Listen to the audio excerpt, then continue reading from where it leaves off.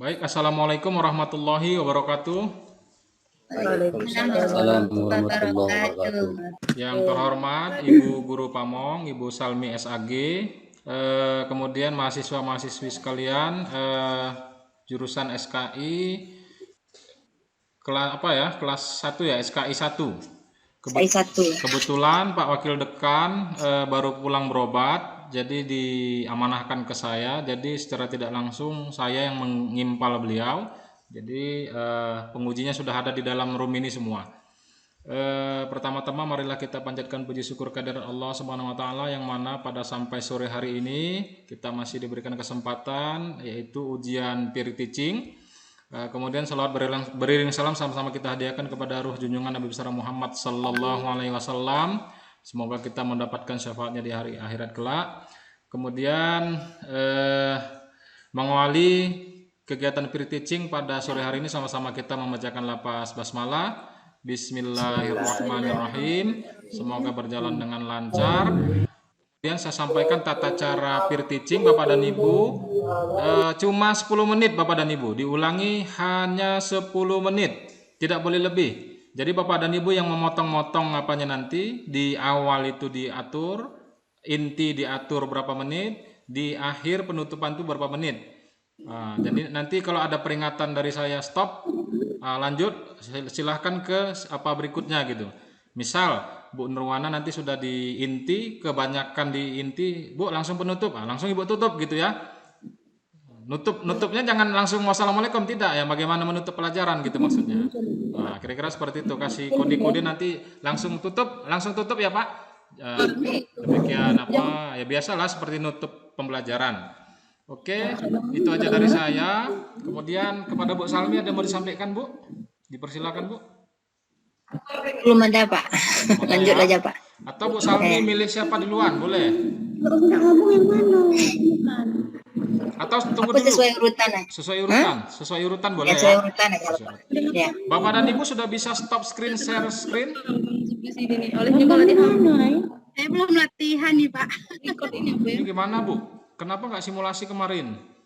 Kemarin kebetulan barengan dengan akreditasi sekolah Pak. Jadi Oke, untuk pertama saya minta dulu ke Pak M. Widat ya. Kepada Pak M. Widat dipersilahkan. Recording in progress. Apa itu?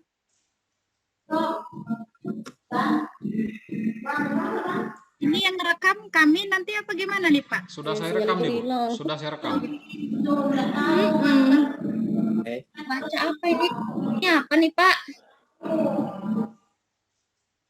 Ada bacaan Pak ini. This meeting. Got itu apa Pak? Got it. Langsung. Langsung klik ya Pak? Ya. Yang mana? Got it ini Bu? Yang kondisi Bu. Bisa, sudah.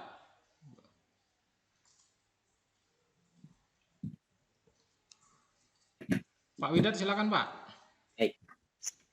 Assalamualaikum warahmatullahi wabarakatuh. Waalaikumsalam warahmatullahi wabarakatuh. Kabar anak-anak? Baik Pak. Alhamdulillahirrahmanirrahim. Wa nasta'inu ala umuri kawatin. Wassalatu wassalamu ala asrafil anbiya'i wal mursalin. Wa ala alihi wa sahbihi ajma'in. Baik, anak-anak. Sebelum memulai pelajaran hari ini, marilah kita berdoa dulu dengan membaca basmalah. Bismillahirrahmanirrahim. Baik, seperti biasa, Bapak biasanya memulai dari pelajaran ini, yaitu marilah kita menyanyikan lagu Indonesia Raya terlebih dahulu ya Nak ya.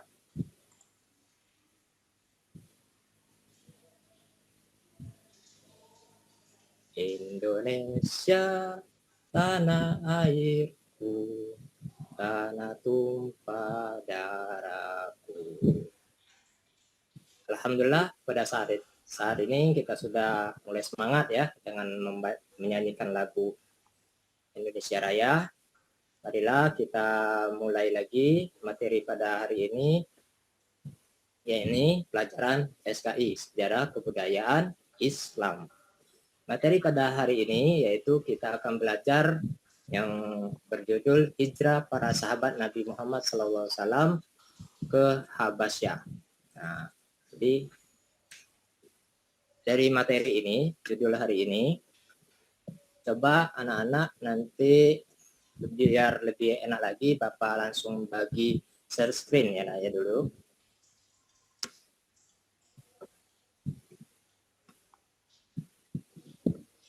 Oke. Sudah nampak ya nak ya? Akan buka.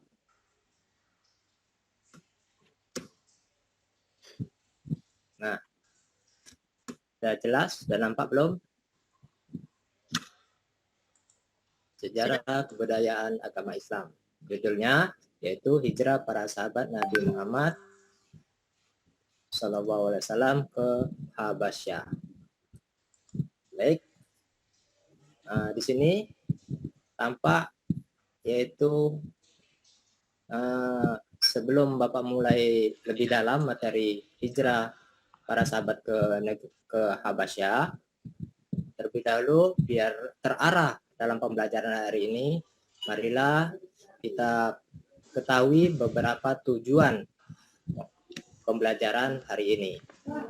Nah, terlebih dahulu, hari ini Bapak akan mengajar memakai metode picture and picture. Nah, jadi lebih menarik lagi ya, nak ya. Kalau kemarin Bapak ngajarkan pakai model snowball, hari ini pakai model picture and picture. Baik.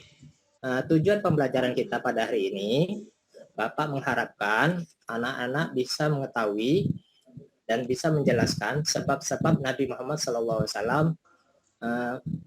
Nabi Muhammad menganjurkan untuk kepada para sahabatnya pergi berhijrah ke Habasyah.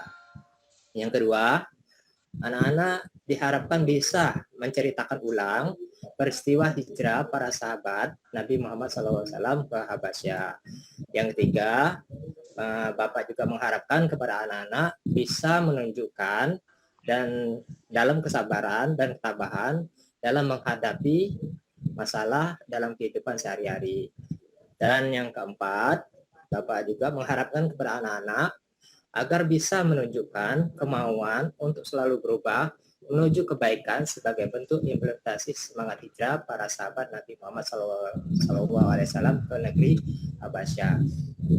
Baik anak-anak, pada kesempatan hari ini nanti sebenarnya ada lagu ya nak ya, lagu yang berkenaan lagu tentang hijrah. Nah, sebagai intermezzo saja ya nak ya. Sebagai intermezzonya nanti di speakingnya di akhir aja nak ya, kita mempersingkat waktu ini. Baik, coba kalian perhatikan gambar ini. Kalian amati gambar ini. Kira-kira gambar ini menunjukkan apakah ini? Ada yang bisa jawab? Gambar unta. Ya, terus? Ya.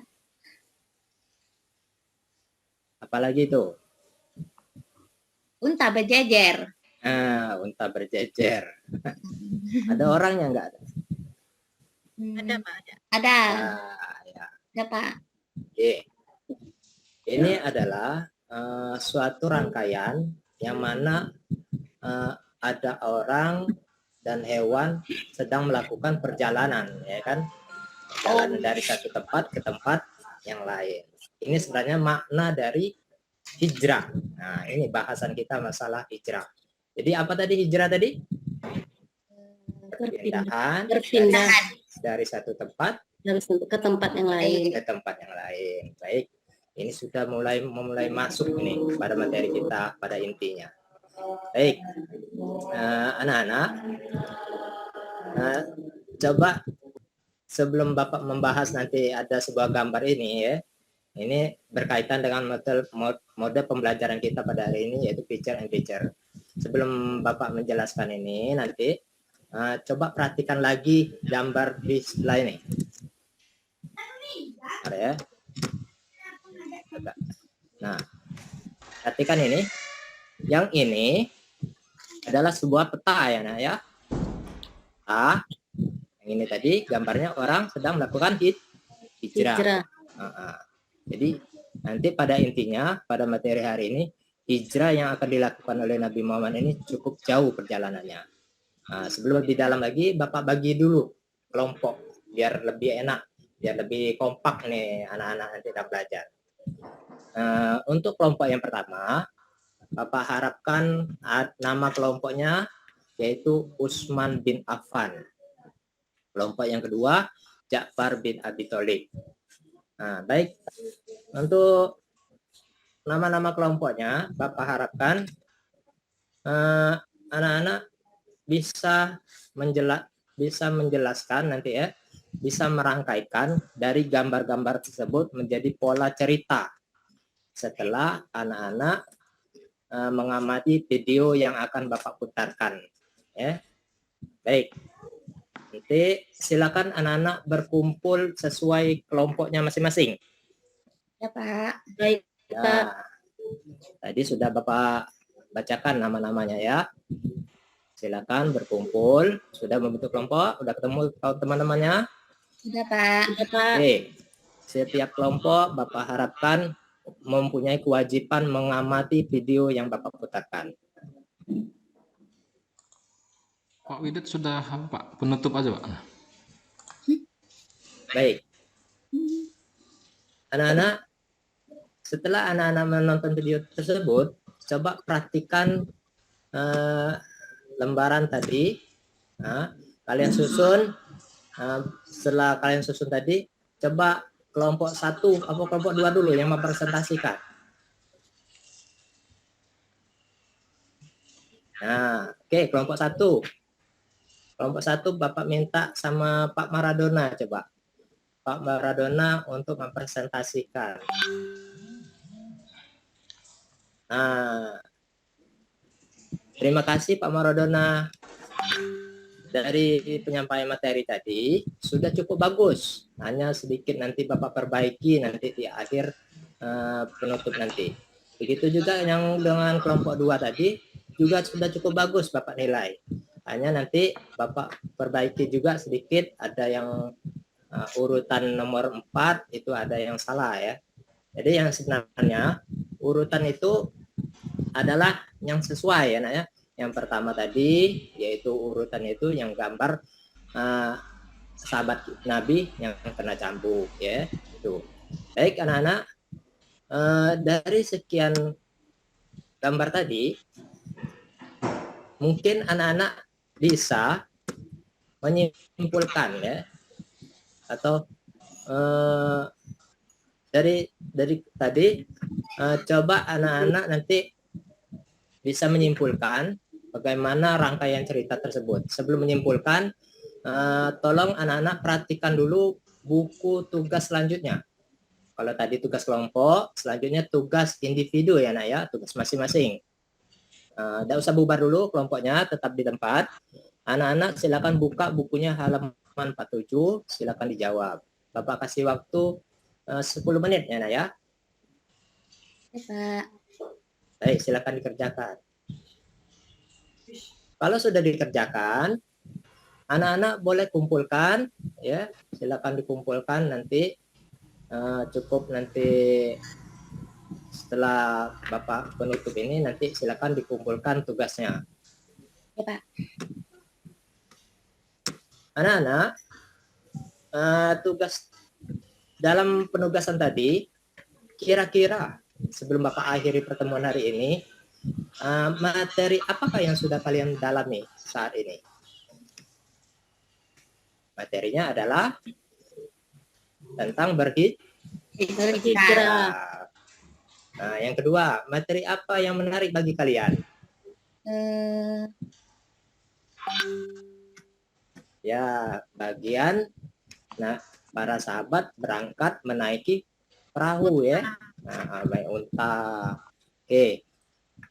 Dari refleksi ini diharapkan nanti anak-anak bisa ya bersikap semangat, penuh keberanian dan menghadapi segala cobaan dan rintangan. Baik,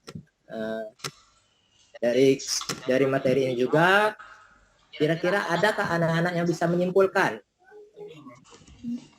kesimpulan materi pertemuan kita hari ini? Sudah lebih Pak, tutup aja Pak. Baik, anak-anak, terima kasih. Kesimpulannya itu sudah cukup baik. Bapak harapkan nanti pertemuan selanjutnya agar lebih memahami ya, nak ya. Nanti Bapak periksa hasil kerjanya hari ini. Bapak nanti sampaikan minggu depan. Bapak akhiri pertemuan kita hari ini dengan bacaan Alhamdulillah. Alhamdulillahirrabbilalamin. Assalamualaikum warahmatullahi wabarakatuh. Waalaikumsalam. Waalaikumsalam warahmatullahi wabarakatuh. Stop screen Pak. Mana tuh? Screen-nya macam mana? Oh, stop. Di atas.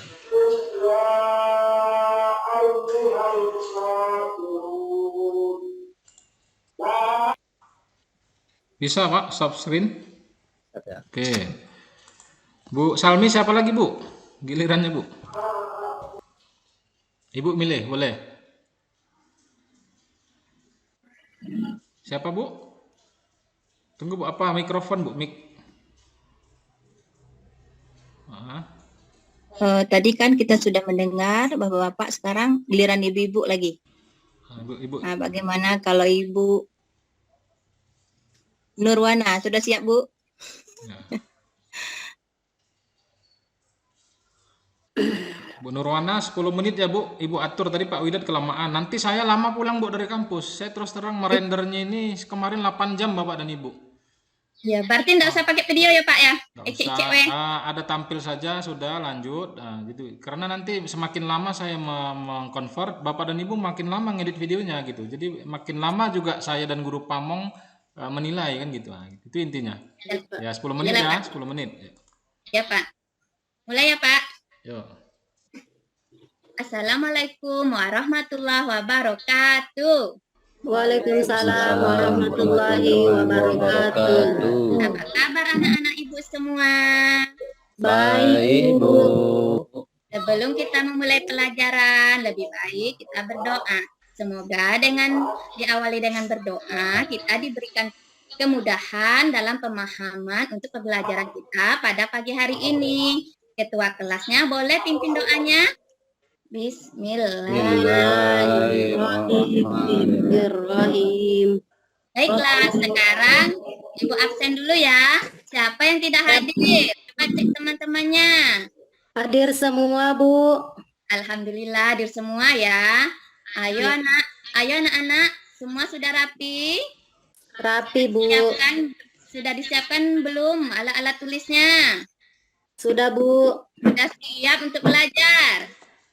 Insya Allah siap, Bu. Nah, sebelum kita mulai pelajaran, kita nyanyi dulu ya. Ayo Baik, Ibu. kita nyanyikan lagu Garuda Pancasila.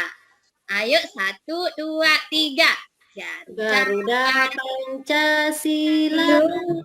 Hebat anak-anak Ibu. Semua hafal lagu nasional. Semoga dengan menyanyikan lagu nasional tadi semakin tumbuh rasa nasionalisme kita terhadap tanah air Indonesia. Nah, anak-anak Ibu, tujuan pembelajaran hari ini yaitu Ibu dulu ya, screen dulu ya. Mana nih? Mana screennya? Nih.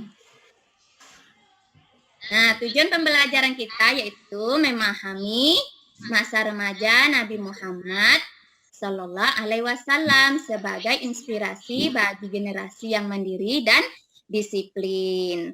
Nah, adapun materi yang kita pelajarin yaitu masa remaja Nabi Muhammad Sallallahu Alaihi Wasallam yang bagian A, akhlak luhur Nabi Muhammad Sallallahu Alaihi Wasallam. Materinya belum di-share Bu, materinya. Materinya belum nampak, Bu. Belum nampak ya Pak? Belum ya Pak? Oh gitu. Sudah Pak?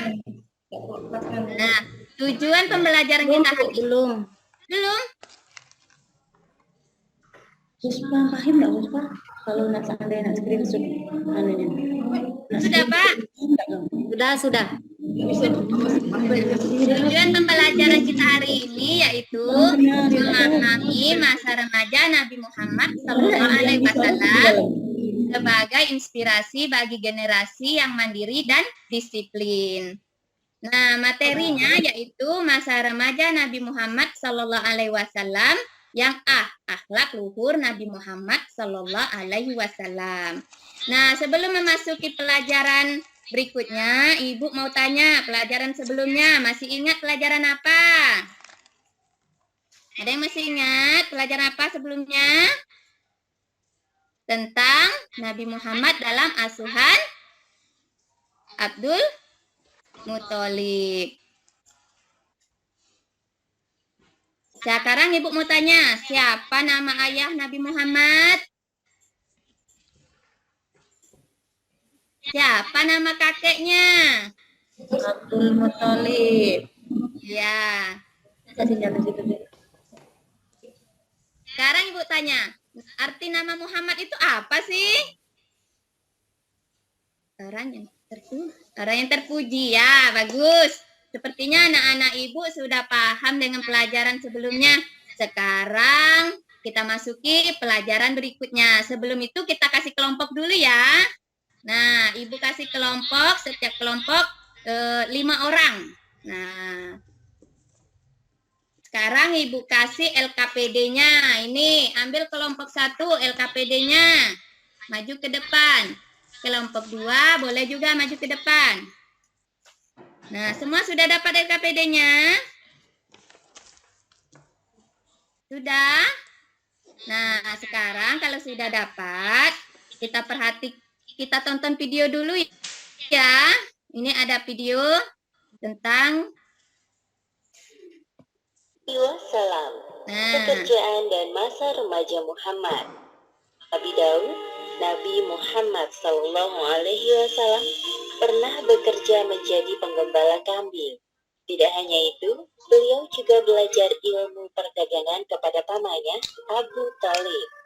Awal mula kesuksesan Muhammad dalam berdagang bermula ketika bertugas membawa barang dagangan milik Khadijah ke Syria.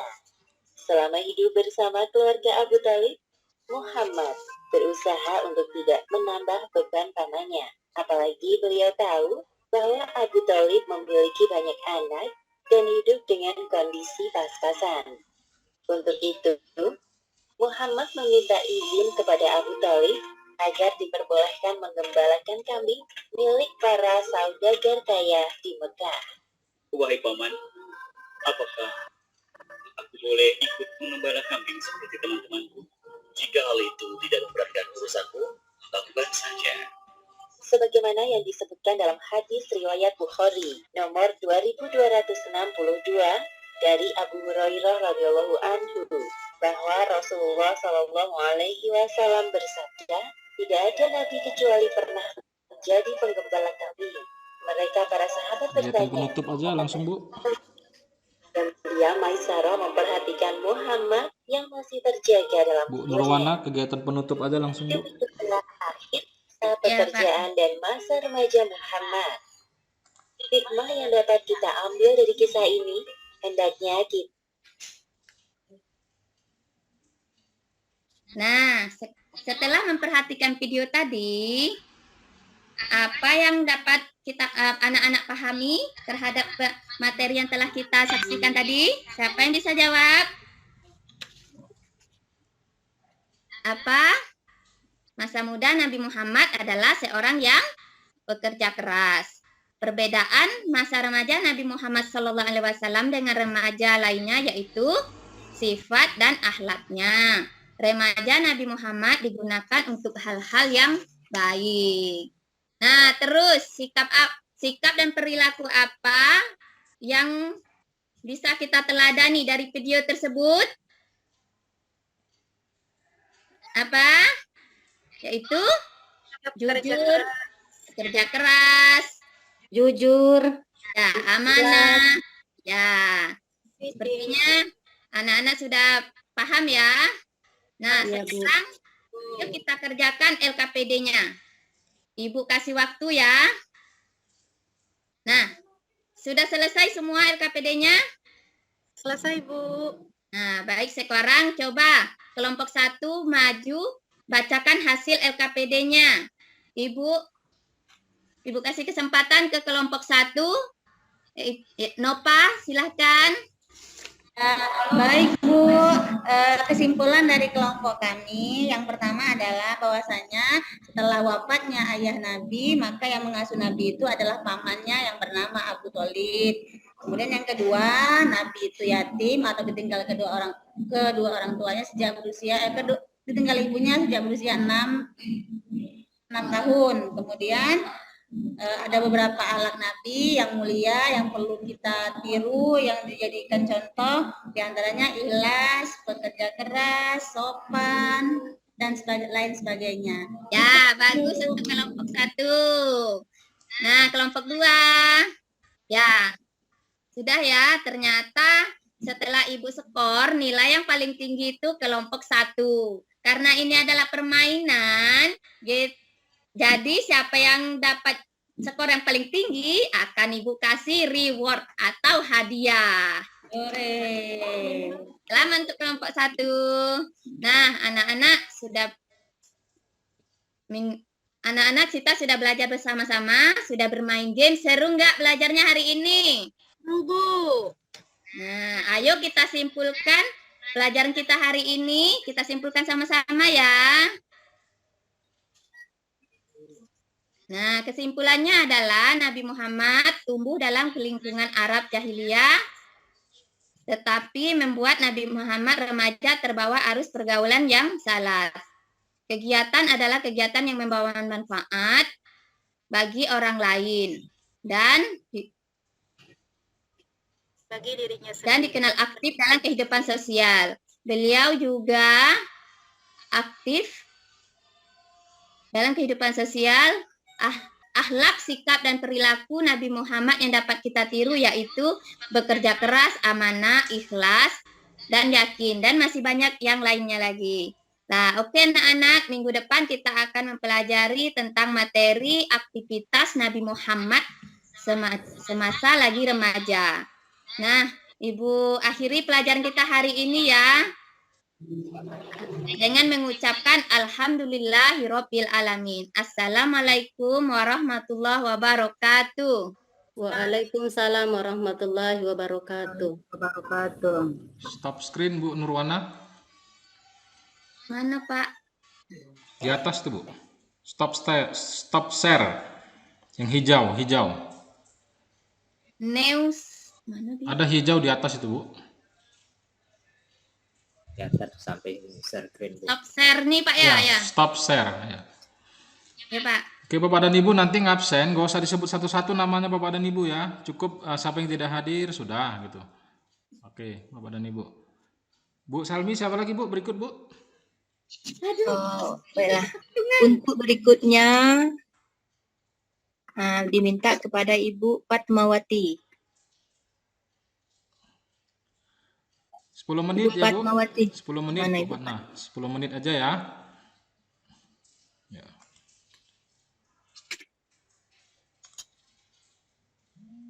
Assalamualaikum warahmatullahi wabarakatuh.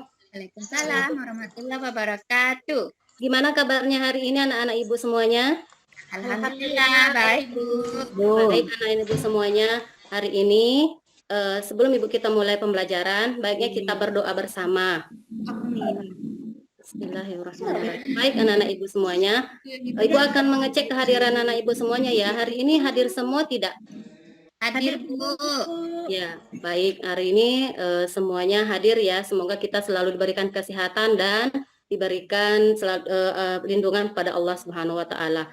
Dan Ibu akan menjelaskan terlebih dahulu sedikit materi kita minggu lalu, yaitu mengenai tentang proses masuknya Islam di Nusantara. Nah, secara garis besar, penyebaran Islam masuk di Indonesia itu melalui ada 5. Pertama, ada masih ingat?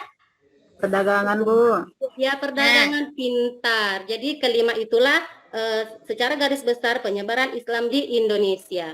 Baik anak ibu, di sini kita akan masuk materi berikutnya. Bentar ya, kita share screen dulu.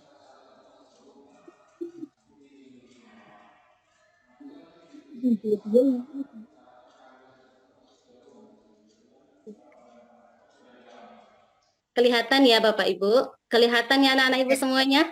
Ya, nampak Bu. Oke, anak Ibu semuanya, sebelum kita masuk ke materi kita mengenai tentang peran pesantren dalam dakwah Islam Indonesia, di sini Ibu akan yaitu mengikuti instruksi dari Ibu ya, sebelum kita menonton video pembelajaran mengenai tentang peran pesantren dalam dakwah Islam Indonesia. Oke, ikuti Ibu ya Nak ya. Tangannya ke atas, tangannya ke samping, tangannya ke depan, duduk yang manis. Oke, ini kita akan menayangkan video mengenai tentang peran pesantren dalam dakwah di Indonesia. Assalamualaikum warahmatullahi wabarakatuh. Yang memiliki peran penting dalam penyebaran Islam melalui proses pendidikan sampai generasi ulama berikutnya yang berjuang meraih kemerdekaan. Hal ini menunjukkan bahwa pesantren memiliki peran karena pesantren mampu menyesuaikan diri secara bertahap dan secara istilah pondok pesantren adalah sebuah lembaga pendidikan di mana peserta didik tinggal di asrama selama 24 jam santri. Yang kelima, kitab kuning yang merupakan materi pokok dalam kurikulum pendidikan pesantren. Baik anak Ibu, inilah video tentang peran pesantren dalam dakwah Islam Indonesia. Kira-kira anak Ibu bisa memahami tidak kira-kira video yang sudah Ibu tampilkan tadi? Bisa, Bu. Ya. Apa yang anak Ibu pahami mengenai tentang video pembelajaran kita ini? Di dalam pondok itu ada 5 komponen, Bu. Iya, pintar anak Ibu semuanya ya. Jadi dalam video pembelajaran kita ini yaitu ada 5 komponen dalam pondok pesantren. Oke anak Ibu akan menjelaskan secara singkat mengenai tentang pondok pesantren itu. Nah, jadi pondok pesantren memiliki karakter tersendiri yaitu keislaman dan keadilan Indonesia. Maksudnya sebagai lembaga pendidikannya identik dengan keislaman sekaligus orasional, asli berasal dari Indonesia itu sendiri dengan ciri khas memiliki kedepokan atau asrama untuk tempat tinggal peserta didik yang bisa disebut dengan santri. Serta peran pondok pesantren tidak dapat dipisahkan dari dakwah Wali Songo, yaitu Sunan Ampel, melalui proses pendidikan sampai generasi ulama berikutnya. Hal ini menunjukkan bahwa pesantren memiliki peranan yang sangat penting, baik kemajuan Islam itu sendiri maupun terhadap bangsa dan negara kesatuan Republik Indonesia. Nah, pengertian pondok pesantren itu terdapat 2 kata. Pondok berasal dari kata bahasa Arab, yaitu fundu, yang artinya tempat tinggal. Sedangkan pesantren dari kosakata cantrik yang bermakna siswa atau peserta didik. Secara istilah, pondok pesantren adalah sebuah lembaga pendidikan di mana peserta didik tinggal di asrama selama 24 jam. Untuk apa? Untuk melaksanakan proses belajar mengajar, baik pendalaman ilmu agama, tafaqquh fiddin, maupun keterampilan dan kecakapan hidup. Nah, di sini juga ada komponen POMPES loh anak-anak Ibu. Nah, mau tahu komponen POMPES itu? Yang pertama ada kiai. Nah, kiai ini komponen sentral yakni guru mengaji sekaligus pimpinan pondok. Yang kedua ada santri. Nah, santri ini adalah peserta didik. Yang ketiga apalagi yaitu masjid atau musola, yaitu tempat ibadah dan pusat kegiatan di dalam pondok pesantren. Keempat adalah asrama, tempat tinggal para santri. Yang kelima, kitab kuning. Nah, materi pokok dalam kurikulum pendidikan pesantren. Keenam, metode pengajaran sorogan, bandongan, ijnul ijaz, kholaqoh, serta pola pelajar di mana pesantri bisa mengetahui makna, kedudukan, dan fungsi masing-masing kalimat tersebut. Nah, anak-anak ibu semuanya, di sini ibu akan membagikan 3 kelompok ya nak ya. Ya, kelompok pertama yaitu Emidat, Nurwana, Darna Ujung, dan kelompok kedua, nah sudah ibu sebutkan, dan kelompok ketiga Nova, Sophia, dan Yusnita. Jadi nanti di sini ada sebuah tugas yang akan ibu kasih dengan anak ibu ya. Tolong dikerjakan ya anak ibu. Nah sebab di sini nanti ada tugas yang akan ibu berikan.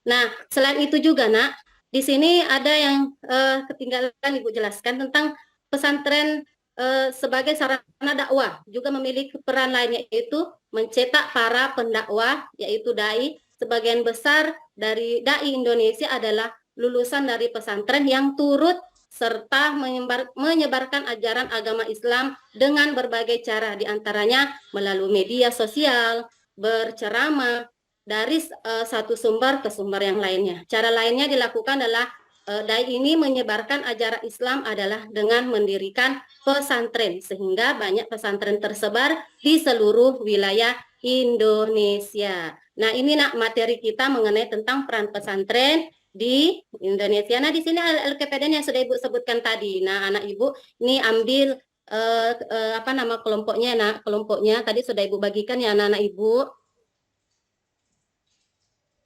Sekarang sebelum kalian mengerjakannya, di sini ada 5 tugas yang harus kalian kerjakan. Pertama, Pondok Pesantren merupakan lembaga pendidikan keislaman dan keaslian Indonesia.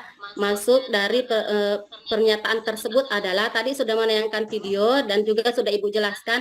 Silakan anak Ibu kerjakan berkelompok ya anak Ibu. Nanti dikumpulkan hasil kerjanya dan dipresentasikan hasil diskusinya.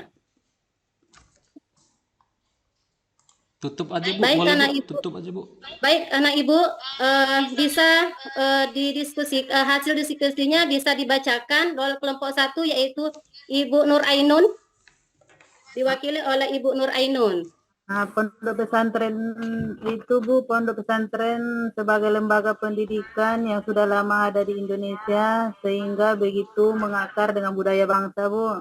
Oke, pintar anak Ibu semuanya ya. Jadi semua kelompok sudah Ibu nilai dan semuanya bagus-bagus ya anak Ibu. Semuanya dari kelompok 1 sampai kelompok 3. Jadi kesimpulan kita pada pelajaran kita pada hari ini nak, yaitu pondok pesantren termasuk lembaga pendidikan yang sudah sangat lama di Indonesia sehingga begitu mengakar dengan budaya bangsa. Jadi pondok memiliki karakter keislaman dan keaslian itu sendiri nak. Nah, jadi secara istilah pondok pesantren adalah sebuah lembaga pendidikan mana secara pendidik tinggal di asrama selama 24 jam. Nah, anak-anak Ibu semuanya, minggu depan kita akan membahas mengenai tentang masuknya pondok pesantren di berbagai wilayah Indonesia. Dimohon anak Ibu untuk membaca buku terlebih dahulu atau menonton di Google nak ya, mencari materinya di Google agar besok lebih memahami materinya.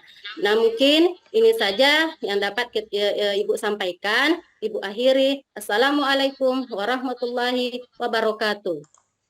Assalamualaikum warahmatullahi wabarakatuh. Apa Bu? Stop screen?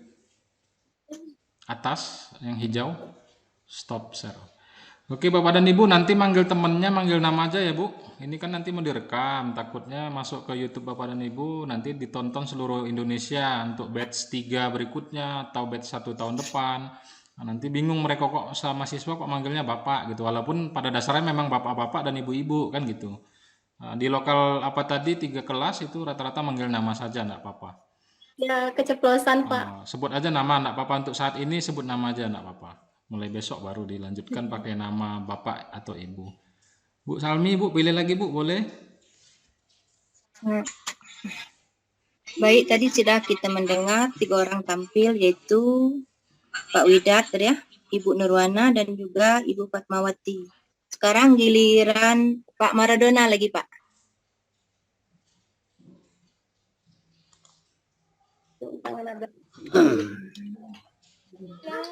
Selesai. Oke. Assalamualaikum warahmatullahi wabarakatuh. Waalaikumsalam warahmatullahi wabarakatuh. Alhamdulillahirabbil alamin wa bihi nasta'inu ala umuri dunya waddin. Asyhadu an la ilaha illallah wa asyhadu anna Muhammadar Rasulullah. Allahumma shalli ala Muhammad wa ala ali Muhammad. Jadi pada hari ini sebelum kita memulai pelajaran kita, ada baiknya kita berdoa. Jadi untuk anak semua, marilah kita berdoa dengan mengucapkan basmalah.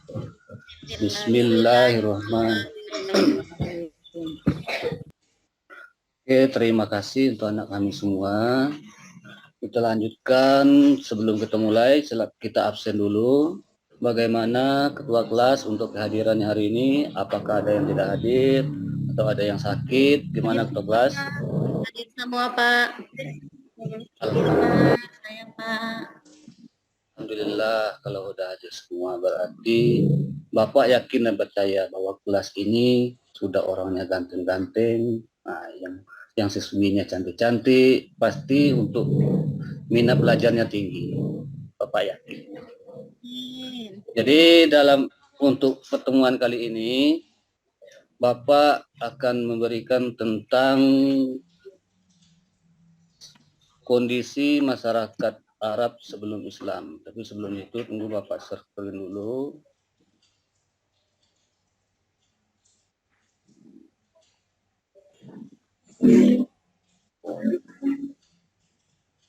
Sebentar.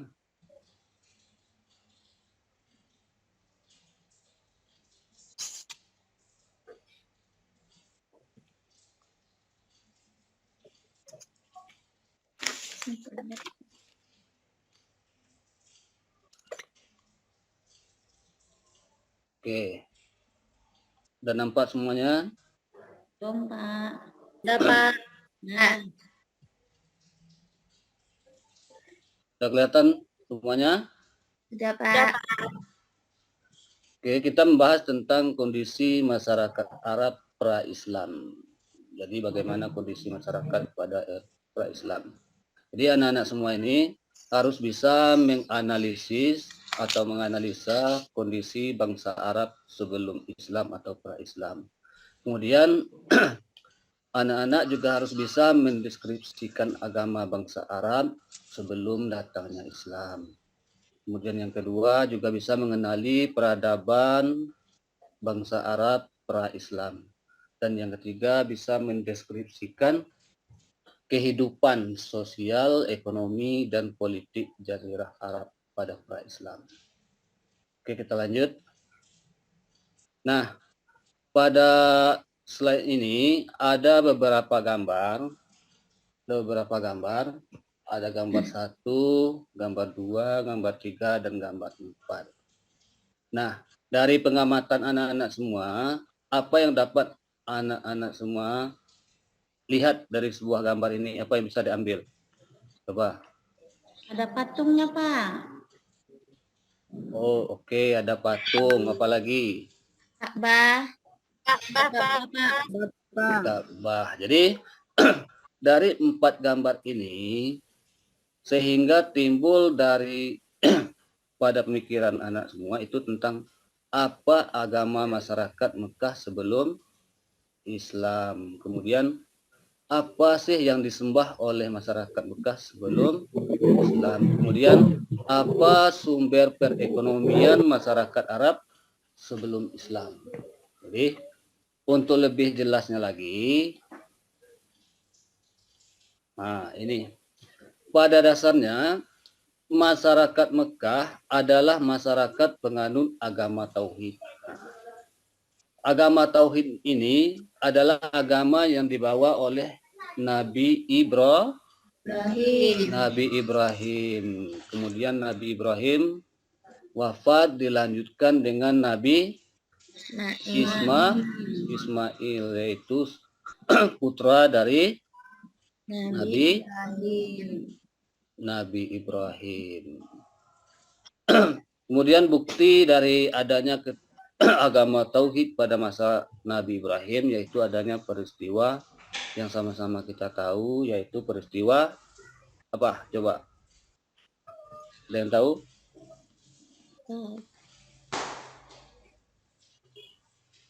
Peristiwa kurban. Nah, yang mana pada Nabi Ibrahim diminta oleh Allah untuk menyembelih putranya Nabi Ismail. Ismail. Oke.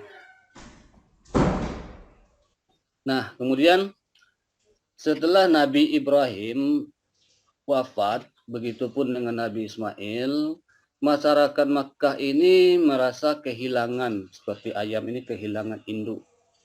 Mereka beranggapan bahwa hilangnya Ibrahim dan Ismail berarti hilang pula ajaran yang dibawa. Kemudian akhirnya penduduk Makkah menyembah yang namanya berhala. Ini ada beberapa faktor yang menyebabkan penyimpangan tersebut. Yang pertama ini adanya kebutuhan terhadap Tuhan. Jadi mereka ini merasa diri mereka butuh akan adanya Tuhan. Yang kemudian yang kedua, kecenderungan yang kuat untuk memang mengagungkan leluhur atau roh nenek moyang. Dan yang ketiga, rasa takut yang kuat menghadapi kekuatan alam, seperti adanya bencana.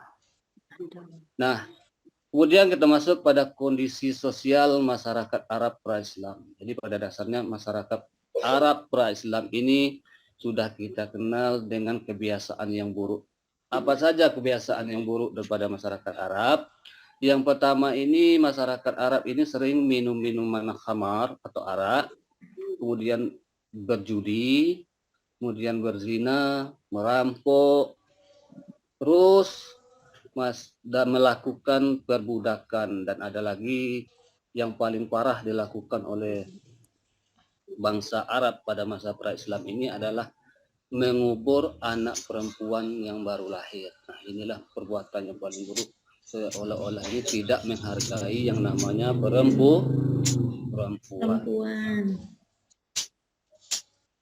Oke, kita lanjut. Kemudian kondisi ekonomi masyarakat pra-Islam. Jadi ekonomi bangsa Arab pra-Islam ini adalah berniaga. Yang pertama ini adalah berniaga. Kemudian bertani, berniaga ini sama dengan berdagang ya.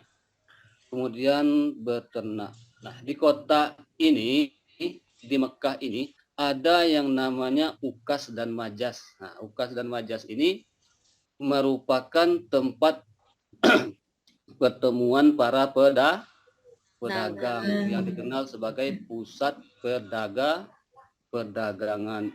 Selain daripada pusat perdagangan, Ukas dan Majas ini juga merupakan pusat pertemuan para sastrawan, penyair, dan juga menjadi pusat peradaban kekayaan bahasa. Jadi kalau kita lihat dari kondisi ekonomi masyarakat Arab pra-Islam, berarti yang namanya zaman jahiliyah sudah pasti bukan zaman orang ini bodoh di bidang ilmu pengetahuan, tetapi bodoh di bidang ketauhidan. Jadi kemudian kita lanjut. Yang keempat, tentang kondisi politik masyarakat Arab pra-Islam. Jadi pada bangsa Arab pra-Islam ini ada 3 kekuatan politik yang besar.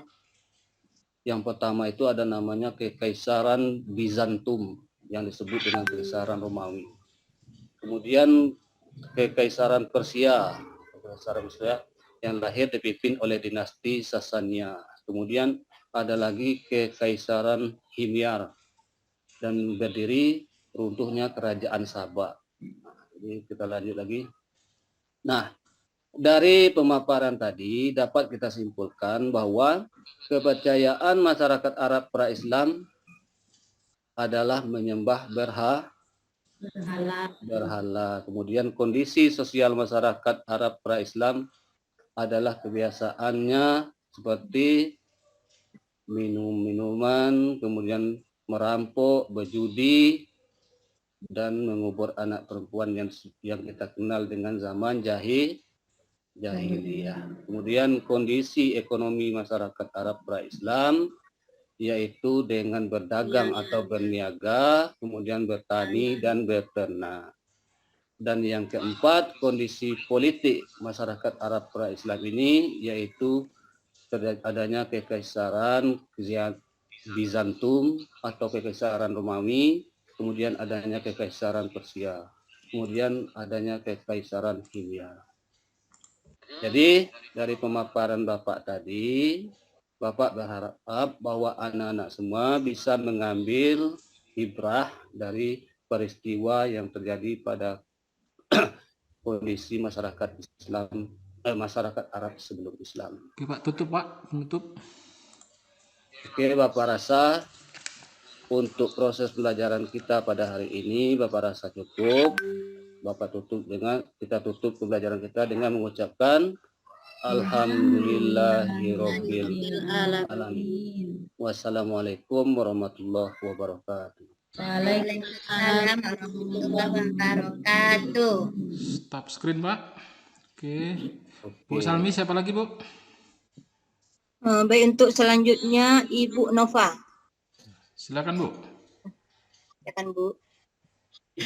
Pas 10 menit ya Bu, soalnya nanti saya pulang maghrib, merendernya itu hampir 5 jam. Ya.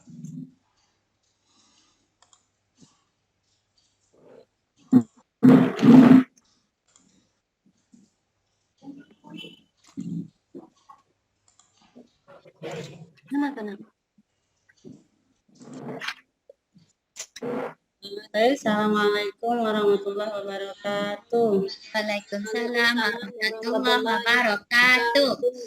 Alhamdulillahirrahmanirrahim. Sholawat kepada Nabi Muhammad SAW. Bagaimana kabarnya anak-anak hari ini? Alhamdulillah, baik Bu. Baiklah, langsung saja pembelajaran SKI kita pada pagi hari ini. Kita mulai dengan melafazkan al-basmalah. Bismillahirrahmanirrahim. Oke, dengan berdoa bersama-sama, Robbi shrahli sodri wa yassirli amri wahlul 'uqdatam min lisani yafqahu qawli. Oke, baiklah anak-anak.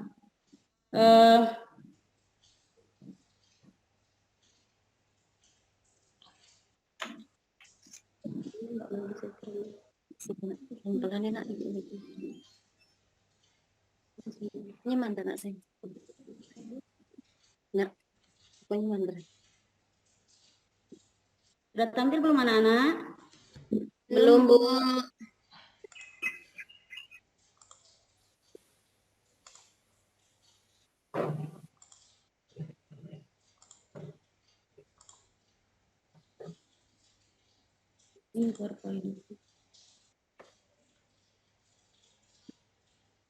Bentar ya, oke sambil menunggu. Baiklah, materi kita pada pagi hari ini yaitu tentang Fathul Mekah ya. Ini sambungan dari materi sebelumnya. Yang pertama, adapun tujuan pembelajaran kita adalah yang pertama adalah siswa mampu memahami apa itu arti dari kata Fathul Mekah. Kemudian yang kedua, siswa juga mampu memahami, bisa menceritakan kembali bagaimana terjadinya peristiwa Fathul Mekah. Itu adalah tujuan pembelajaran kita pada pagi hari ini. Oke, yang pertama sekarang sudah kelihatan anak-anak? Sudah Bu. Sudah. Oke, apa itu Fathul Mekah? Fathul Mekah itu dua kata ya. Pembukaan, kalau dilihat secara garis besar maka diartikan sebagai pembukaan kota Mekah ya. Nah, di sini kita bisa lihat gambar. Keluar belum nih gambarnya nih? Ya, di sini ada 3 gambar. Oke, di sini ada gambar kota Mekah, kemudian ada gambar kota Madinah. Ya. Nah, 2 kota ini adalah 2 kota yang akan banyak diceritakan pada peristiwa Fathul Mekah.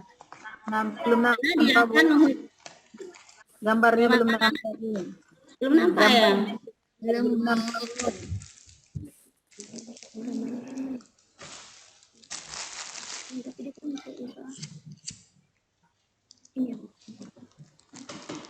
Oh iya, oke. Sudah? Ya, Bu.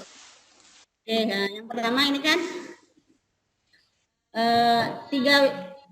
dua wilayah ini ya, di sana ada Masjid Nabawi dan Ka'bah, itu adalah dua tempat yang nanti akan banyak dibicarakan ketika kita membicarakan tentang Fathul Makkah. Karena dua kota ini ya yang akan saling berhubungan. Oke. Selanjutnya nanti kita akan bagi kelompok ya. Sebelumnya ada video, sebetulnya ini ada video. Nah, nanti setelah ada video yang Ibu sampaikan, nanti kita akan bagi menjadi dua kelompok. Nah, dua kelompok ini akan membahas tentang dua hal tadi. Hal yang pertama tentang makna dari Fathul Makkah, kemudian hal yang kedua tentang bagaimana terjadinya peristiwa Fathul Makkah. Adapun kelompoknya nanti Ibu umumkan ya. Oke, sekarang untuk selanjutnya bagaimana Fathul Makkah itu bisa terjadi? Nah, Fathul Makkah itu terjadi sangat berhubungan erat dengan terjadinya perjanjian Hudaybiyah. Jadi perjanjian Hudaybiyah itu adalah langkah awal dari Nabi melakukan pembebasan kota Mekah. Ya, coba kita lihat videonya dulu.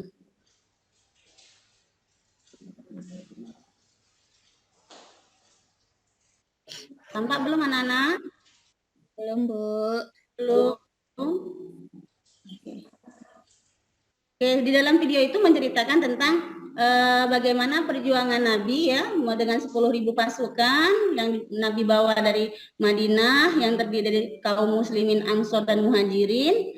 Ya, yang di sana Nabi masuk ke kota Mekah dengan sangat damai sehingga tidak yang namanya peperangan, namun tidak ada pertumpahan darah di dalamnya. Nah, sehingga nantinya kota Mekah itu dapat dikuasai oleh Nabi dan kaum muslimin dengan cara yang sangat santun, tidak adanya pertumpahan darah. Nanti setelah anak-anak melihat video, anak-anak juga bisa mencari di situs yang lain ya, browsing di internet misalnya, dan membaca buku pembelajaran kelas 10 untuk perluasan materi daripada Fathul Makkah ini. Oke, baiklah untuk pembagian kelompok tadi, di sini kelompok 1 ada Darna, ada Maradona, ada Fatmawati, dan ada Nur Ainun. Kemudian kelompok 2 ada Widad, ada Jamilah, kemudian ada siapa lagi yang belum ya? Sofia sama Yusni. Oke, kira-kira dari penjelasan singkat Ibu tadi ada tidak yang bisa menyimpulkan dari kelompok 1 misalnya apa itu arti Fathul Makkah? Coba siapa yang bisa? Ada Bu. Ibu Nur Ainun bisa? Bisa Bu. Fathul Makkah terjadi pada tahun 630 Masehi dan merupakan peristiwa penting dalam sejarah Islam, Bu. Oh ya, oke. Terima kasih Nur Ainun. Nah, itu kesimpulan dari kelompok 1. Kemudian untuk kelompok 2, coba siapa yang bisa? Ya, Bu. Silakan Nurwana. Ya, Fathul Makkah yaitu pembebasan kota Mekah yang terjadi pada tahun 630. Ini pasukan kota sudah tumbuh secara signifikan. Di kota Madinah, Fathul Makkah terjadi adalah deretan peristiwa perjanjian Hudaybiyah yang dilanggar oleh kaum kafir Quraisy Mekah. Oke, sudah? Ya, Bu. Oke, baiklah.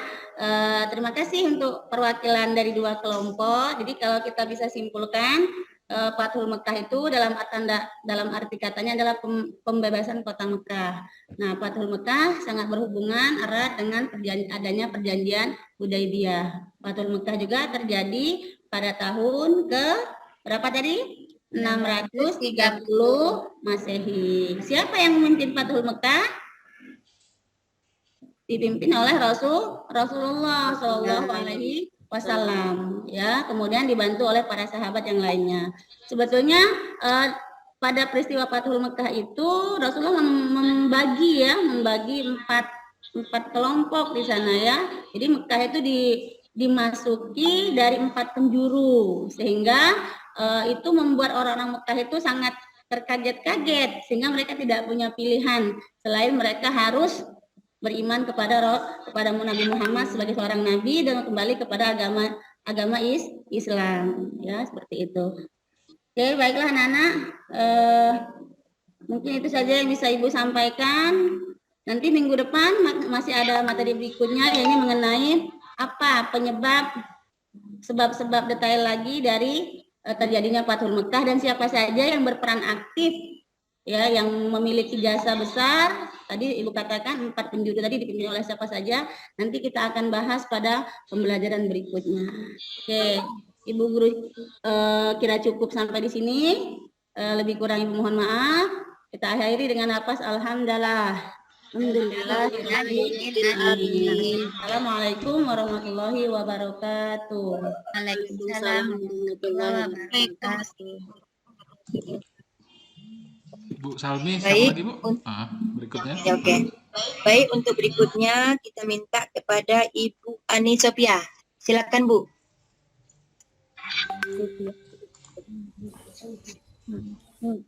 dosen. Satu kamu guru kamu. Udah.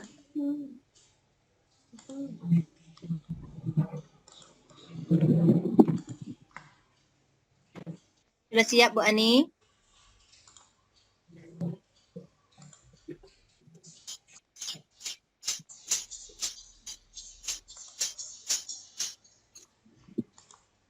Dipersilakan Bu Ani.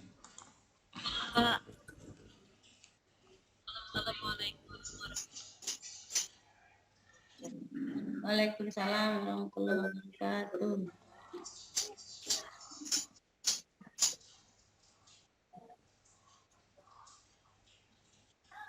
Anak-anak semuanya, apa kabar? Alhamdulillah, baik Bu.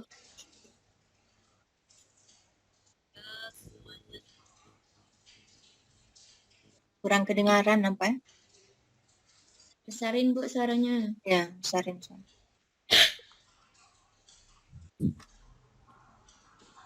Assalamualaikum warahmatullahi wabarakatuh. Waalaikumsalam warahmatullahi wabarakatuh. Halo anak-anak semuanya, apa kabar? Baik, ya Bu, baik. Pada pertemuan kali ini, sebelum mengawali pertemuan, marilah kita membaca basmalah ya. Ya Bu. Bismillahirrahmanirrahim. Bismillahirrahmanirrahim. Pada pertemuan kali ini kita akan membahas tentang Bani Songo ya. Bu, izin agak dekat Bu, biar nanti rekamannya jelas suaranya. Agak dekat aja ngomongnya ke layar boleh. Dekatkan aja sedikit lagi. Nanti suara Ibu nggak kedengeran kalau direkam kan?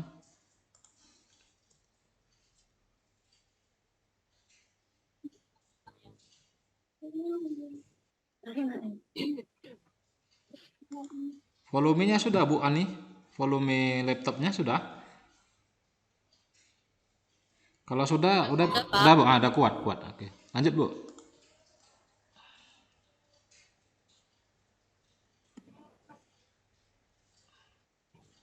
Bisa dilihat.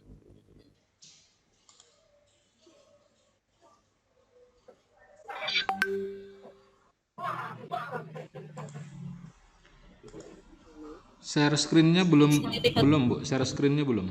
Share screen-nya belum.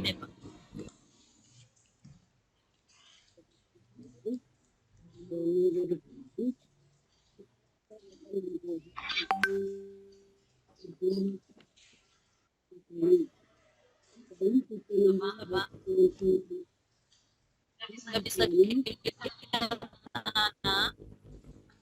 Sudah. Sudah bisa dilihat. Sudah Bu. Pada pertemuan kali ini kita akan belajar tentang Wali Songo yaitu Sunan Bonang ya. Ya, Bu. Anak-anak coba lihat ini gambar apa? Wali Songo. Bisa dilihat gambarnya. Ya Bu, Wali Songo Bu. Sebelahnya gambar apa ini anak-anak? Masjid Bu. Masjid. Ini adalah gambar masjid dan gambar Wali Songo.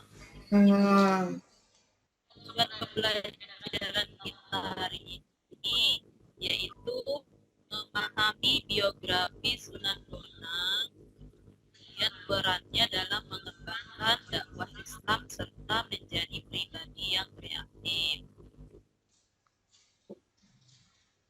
Nah, siapa itu Sunan Bonang? Ada yang bisa jawab? Sunan Bonang. Salah satu anggota dari Wali Songo Bu. Ya, Sunan Bonang adalah salah satu wali Songo yang menyebarkan agama Islam di Nusantara. Sekarang kita masuk ke biografi Sunan Bonang. Sunan Bonang, ini asal usul Sunan Bonang. Sunan Bonang itu adalah anak dari Sunan Ampel dan cucu dari Sunan Gresik.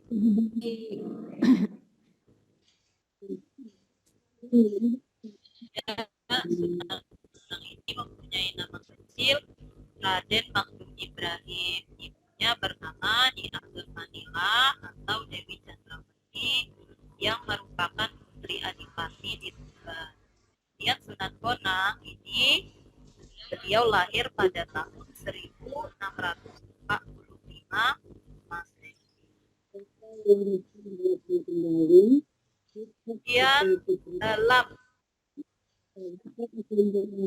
dakwahnya Sunan Bonang ini menerapkan media karya seni untuk berdakwah.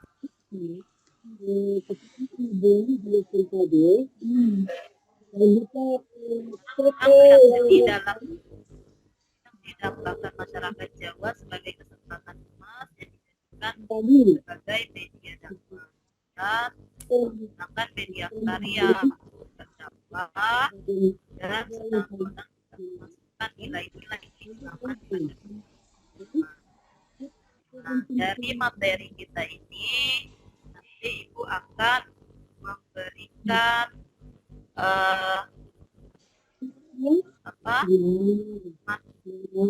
materi diskusi untuk anak-anak semua.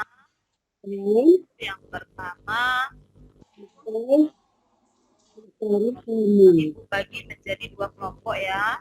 Yang pertama ada materinya tentang bahas tentang biografi Sunan Bonang, dan yang kedua peran Sunan Bonang dalam mengembangkan negara.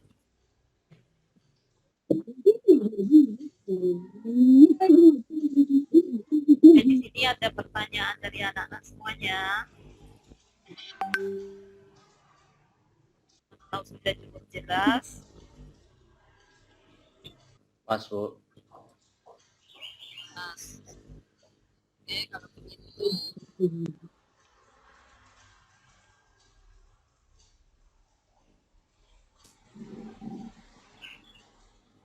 hasil diskusi dari anak-anak semua bisa dipresentasikan ya.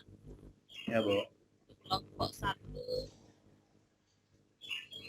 Maradona, Nova, kemudian Darna sama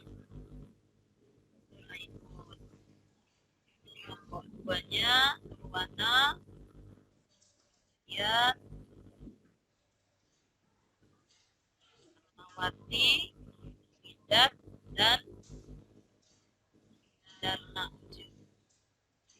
Ada yang ini juga ya. Bisa dipresentasikan. Yang kelompok pertama tentang biografi Sunan Bonang ya.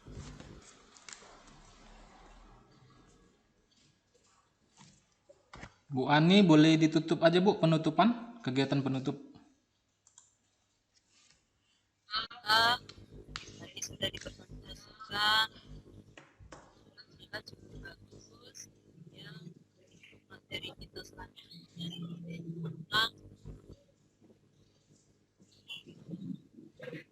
sunnah ya. Sampai di sini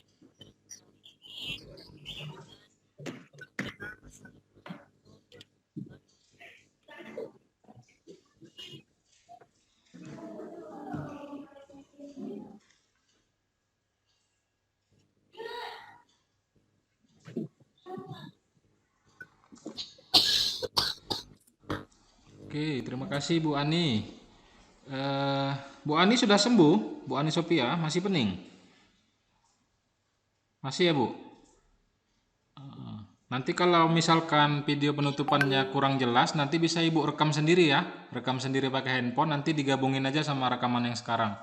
Jadi Bapak dan Ibu semua, misalkan ada part-part bagian video yang tidak mewakili misalkan di kegiatan penutup atau di awal dirasa kurang, boleh direkam lagi baru diedit digabungin, boleh gitu ya. Bu Ani nanti kalau ada yang kurang jelas videonya rekam lagi ya Bu. Oke, tetap Oh iya ya, Pak. tetap semangat Bapak dan Ibu. Bu Ani cepat sembuh karena kemarin masih pening kepala beliau, saya dengarkan. Oke. Iya Bu Pak. Salmi boleh Bu dilanjutin Bu, siapa milih Bu? Oke. Nah, tadi kita sudah sama-sama mendengarkan Bu Ani. Selanjutnya Ibu Jamilah. Mana Ibu Jamilah? Ya Bu, sebentar. Ya, silakan Bu. Ya.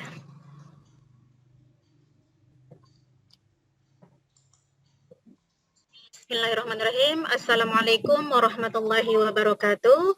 Waalaikumsalam Warahmatullahi wabarakatuh. Selamat pagi anak-anak. Apa kabar? Pagi Bu. Alhamdulillah. Alhamdulillah.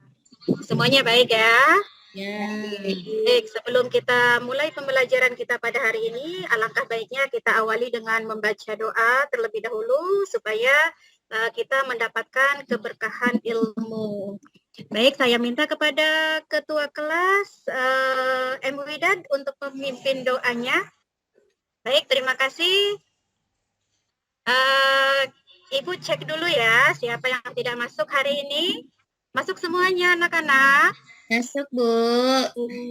Alhamdulillah, masuk semua ya. Bu.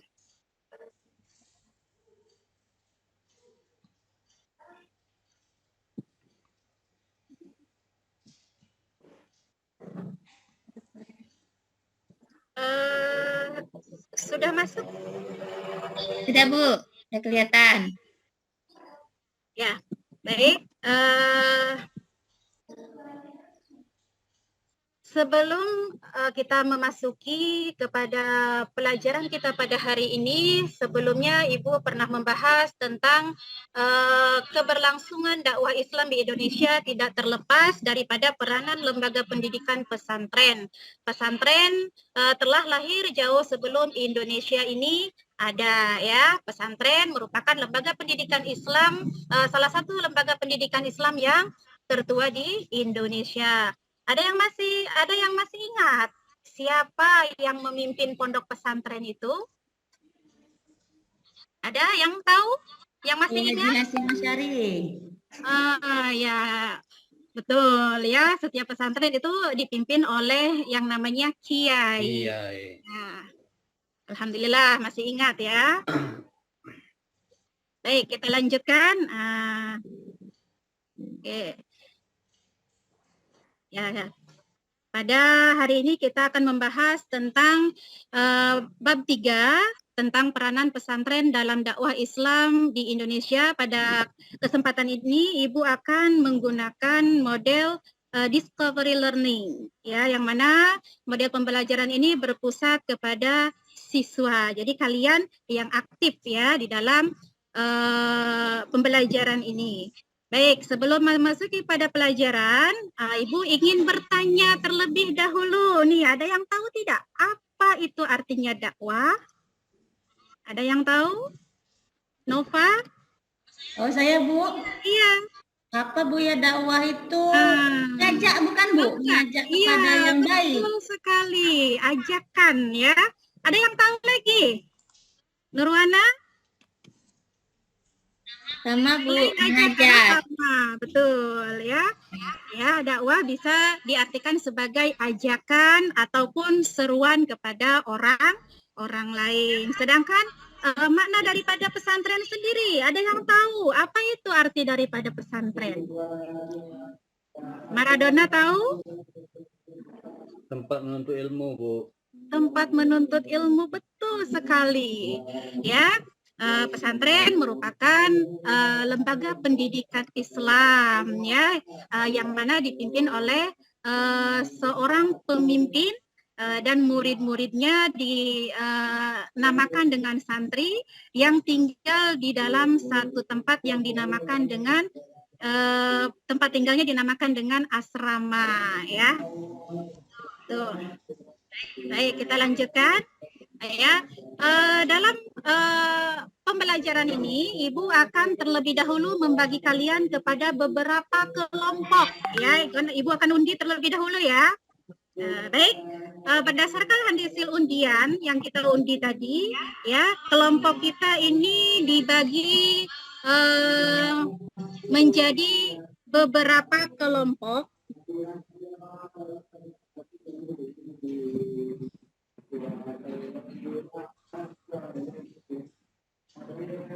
Ya, dibagi menjadi beberapa kelompok, yaitu yang pertama kelompok Al-Jauharen. Ya, kelompok Al-Jauharen nama-nama anggotanya adalah Nurwana, Ana, dan juga Nur Ainun.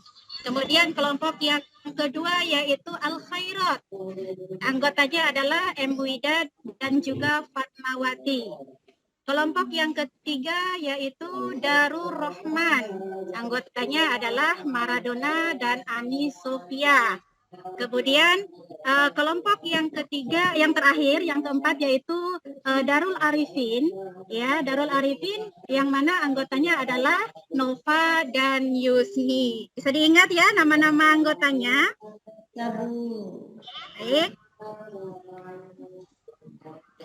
Kita lanjutkan kepada. Oke, sekarang coba kalian simak. Ya, amati gambar-gambar yang ada di bawah ini. Diamati ya. Coba kalian perhatikan gambar yang pertama muncul. Gambar apa ini? Gambar siapa? Ini gambar siapa? Orang baca buku, Bu.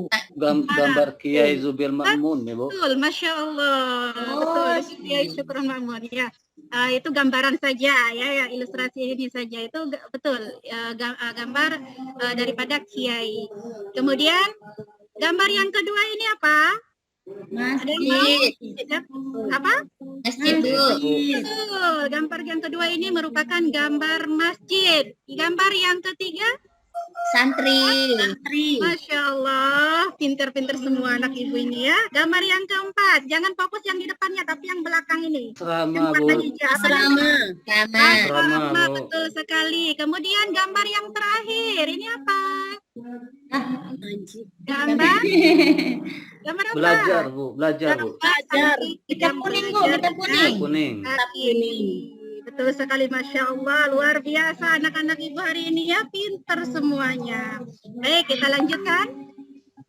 Jadi setelah kalian mengamati gambar-gambar yang ibu berikan tadi, ya, ibu minta kepada kalian untuk berdiskusi dengan kelompok kalian masing-masing. Ya, tugasnya ini. Setelah mengamati gambar, diskusikanlah bersama kelompok masing-masing terkait peranan pesantren dalam dakwah Islam di Indonesia.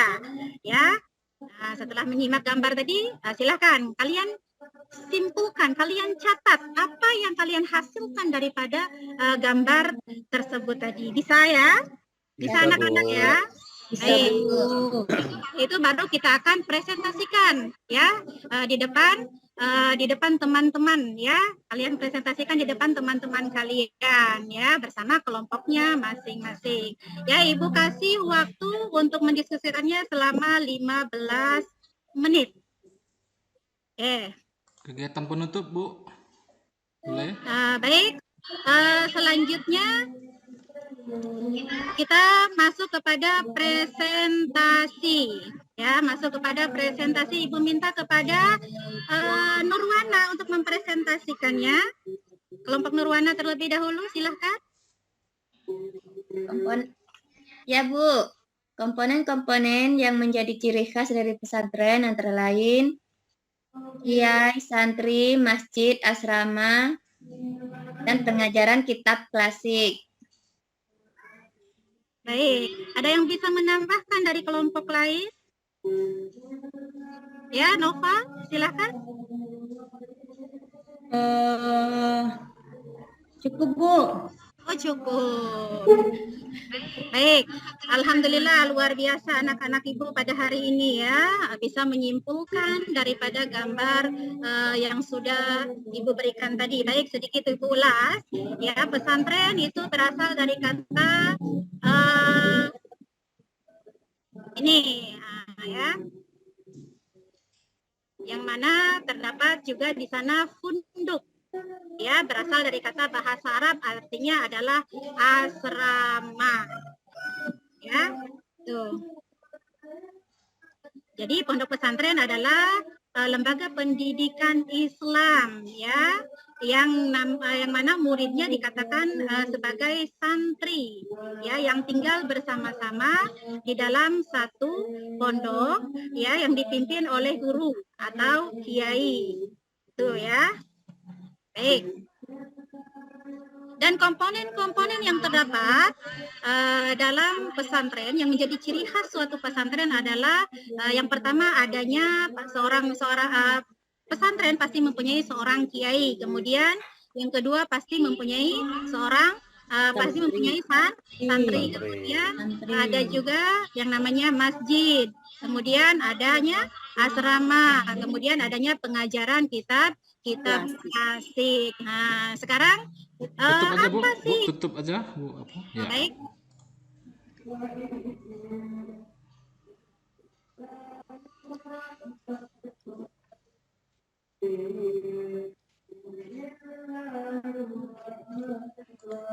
Langsung kegiatan penutup. Jadi pelajaran kita tadi dapat Ibu simpulkan ya, kita simpulkan ya, bahwasanya pesantren itu berasal dari kata santri yang mendapat imbuhan pean menjadi pesantrian atau pesantren. Dan pondok pesantren secara sederhana bisa diartikan sebagai tempat hidup dan juga tempat belajar atau juga tempat tinggal para santri. Secara lebih luasnya, pesantren adalah sebuah lembaga pendidikan Islam yang murid-muridnya atau santri-santrinya tinggal bersama dan belajar di bawah bimbingan guru yang lebih dikenal dengan sebutan kiai, dan mempunyai asrama sebagai tempat menginap dan juga membina kehidupan mereka.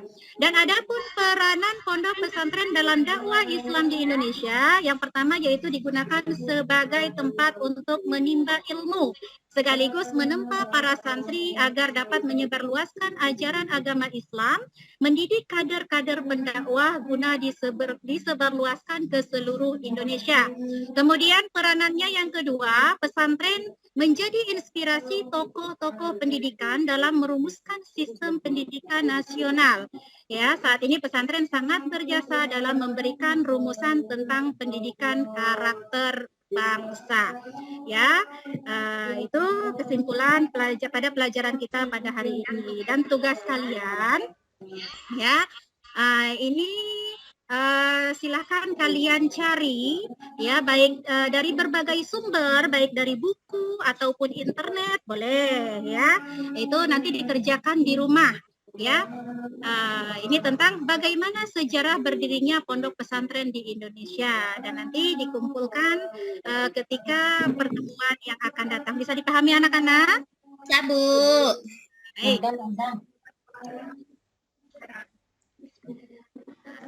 Ibu Baik, mungkin itu saja yang dapat Ibu sampaikan. Nah, ya, pada hari ini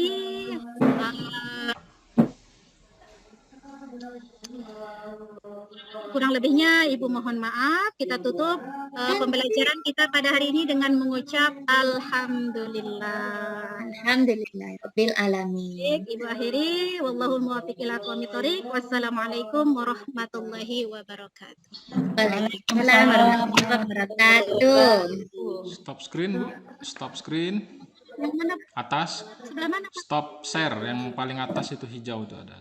Stop share. Oke. Oke, Bu. Bu Salmi bisa dilanjutkan? Oke. Baiklah, tadi kita telah mendengar Ibu siapa tadi? Ibu Jamilah. Ya, Ibu Jamilah. Ya, masih ada 3 orang lagi yang belum tampil. Selanjutnya kita minta kepada Ibu Darna. Silakan, Bu.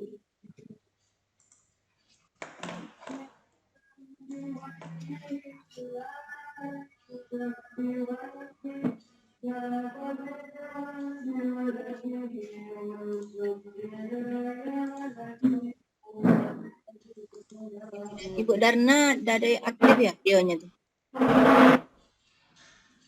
Videonya ada aktif. Ibu Darnanya kemana nih? Pakai 2 itu, Bu. Pakai 2. Oh, pakai 2 ya. Dimulai Ibu Darna ya. Nanti makin lama Ibu nunggu video dari saya, soalnya 1,5 jam itu bisa 4 jam. Saya akan lembur malam ini sampai jam 1 gitu. Kita lewatkan deh, Pak. Boleh nampak di Ibu Darna di apa yang lain dulu. Boleh. Lah. Ibu Yusni, silakan, Bu. Deh, Bu Yusni ada, Bu?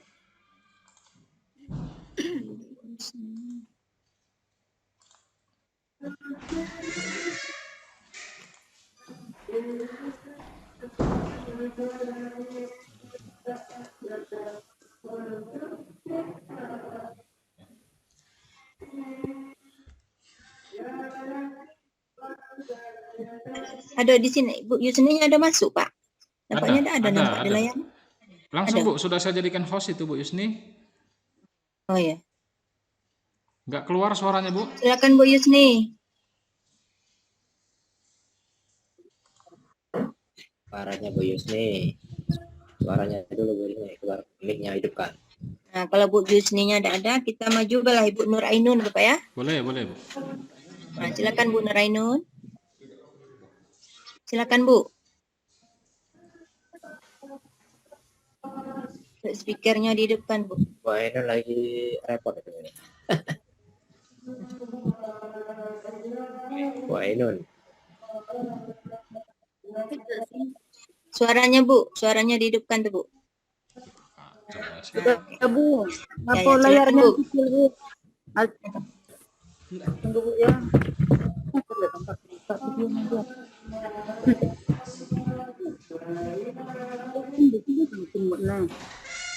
Ayo Bu ya. Ayo Bu, makin lama Bapak dan Ibu selesai, saya makin lama, Bapak dan Ibu makin lama. Nanti ada convert video namanya nih Bu. Convert dari Zoom ke video itu bisa makan waktu 4-5 jam Bapak dan Ibu. Saya kemarin selesai 8 jam Bapak dan Ibu. Jadi laptop ini nggak boleh mati 8 jam.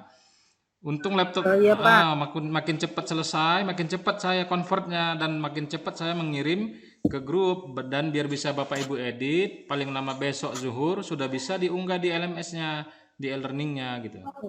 Oke Bu, silakan Bu. Ya Pak. Assalamualaikum warahmatullahi wabarakatuh. Waalaikumsalam warahmatullahi wabarakatuh.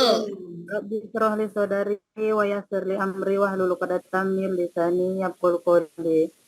Selamat pagi anak-anak Ibu. Pagi Bu. Kabarnya? Alhamdulillah baik. Sebelum kita memulai pelajaran kita terlebih dahulu berdoa dengan membacakan basmalah. Bismillahirrahmanirrahim. Di sini anak-anak, sebelum kita memulai materi kita yang berjudul Peran Pesantren dalam Dakwah Islam di Indonesia. Di sini kita mengamati video dulu.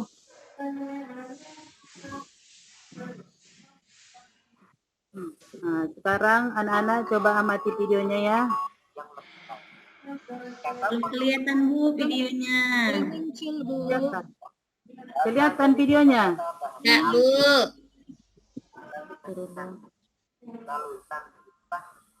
Ini video mengenai peran pesantren dalam dakwah Islam di Indonesia, Bu, anak-anak ya. Ya Bu. Kelihatan Bu videonya Bu. Dalam bahasa simbol Nah, dari video yang kita tayangkan tadi, anak-anak bisa memberi kesimpulan Tentang peran pondok pesantren, Bu. Oh, bagus anak-anak ya. Ini kita belajar yang pertama yaitu Pondok Pesantren Pendidikan Keislaman dan Keaslian Indonesia. Jadi anak-anak ibu sekalian, Pondok Pesantren merupakan lembaga pendidikan Islam yang memiliki peran penting dalam penyebaran Islam di Indonesia. Peran Pondok Pesantren tidak dapat dipisahkan dari para wali songo melalui proses pendidikan sampai generasi ulama berikutnya yang berjuang meraih kemerdekaan. Hal ini menunjukkan bahwa pesantren memiliki peranan yang sangat penting baik kemajuan Islam itu sendiri maupun terhadap bangsa dan negara kesatuan Republik Indonesia. Jadi pesantren termasuk lembaga pendidikan yang sudah sangat lama ada di Indonesia, sehingga begitu mengakar dengan budaya bangsa serta mampu mempertahankan eksistensinya dari berbagai ujian. Sehingga eksis sampai sekarang ya anak ibu. Dan sudah yang kedua yaitu komponen yang ada dalam pesantren. Yang pertama itu ada kiai. Kiai ini merupakan tokoh sentral di dalam sebuah pesantren. Dia itu mengajar berbagai banyak ilmu sekaligus pimpinan di dalam pondok tersebut. Kemudian yang kedua santri. Santri ini termasuk peserta didik yang tinggal di dalam sebuah pesantren. Bu, tidak muncul, Bu. Tidak muncul. Nampak? Tidak belum. Sinyal ini. Nampak ya? Nampak ada Bu? Belum Bu, belum nampak. Screen-nya Bu, warna hijau. Sudah dibagi tadi Bu.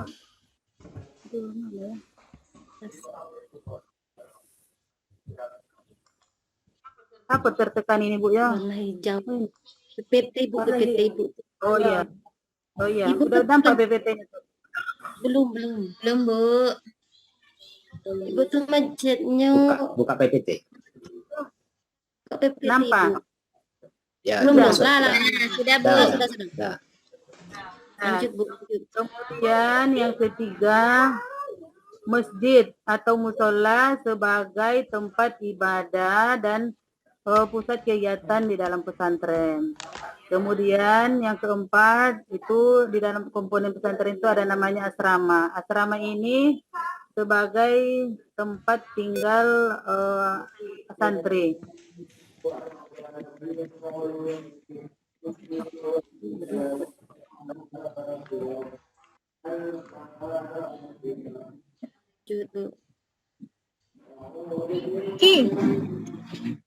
Kemudian yang kelima,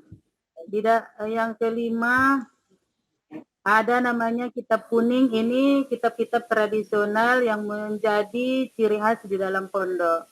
Kemudian yang keenam ada namanya metode sorogan dan bandongan.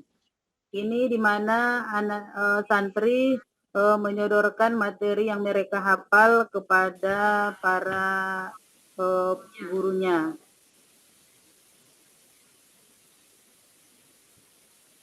Kemudian di sini anak-anak ya kita buat diskusi, ada 3 kelompok. Nanti ibu bagi kelompoknya. Yang pertama Fatmawati, Widat dan Jamila. Kelompok kedua Nopa, Nurwana, Yusni, dan kelompok tiga Maradona, Darna, dan Anisofia. Jadi nanti tugasnya ini didiskusikan dengan kawan, minggu depan kita kumpul presentasinya ya. Jadi kesimpulannya pelajaran kita hari ini, pondok pesantren memiliki peranan penting dalam memajukan bangsa Indonesia baik dari segi pendidikan, keterampilan, dan kecakapan. Dan pondok pesantren juga ikut bertanggung jawab mencerdaskan kehidupan bangsa dan mempersiapkan sumber daya manusia Indonesia yang memiliki ilmu pengetahuan yang handal serta dilandasi iman dan takwa yang kokoh ya anak ibu. Ya Bu. Sampai sinilah pelajaran kita hari ini, dan pelajaran kita minggu depan mengenai peran pesantren dalam sebagai sarana dakwah ya. Boleh nanti dibaca-baca bukunya atau dari sumber lain, dari internet bisa juga ya anak ibu. Ya, Bu. Ya Bu. Baik, sampai sinilah pelajaran kita hari ini. Ibu akhiri dengan salam. Assalamualaikum warahmatullahi wabarakatuh. Waalaikumsalam warahmatullahi wabarakatuh. Stop screen Bu, stop atas, stop share. Oke. Silakan Bu Salmi ditunjuk lagi. Darna. Baik, tadi saya lihat Ibu Darna itu sudah muncul. Silakan Ibu Darna lagi Bu. Silakan Bu.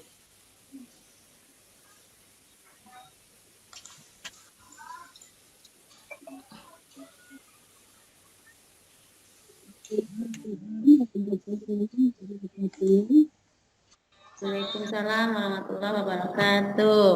Waalaikumsalam warahmatullahi wabarakatuh. Tak dengar Bu.